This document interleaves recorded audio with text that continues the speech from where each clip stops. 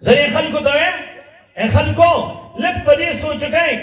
جماعت ته ای دین به ختمیږي مدرسه به ای دین به ختمیږي دین به د ملا په ختمېدو ختمیږي دین د جماعت او د مدرسې په ختمېدو نه ختمیږي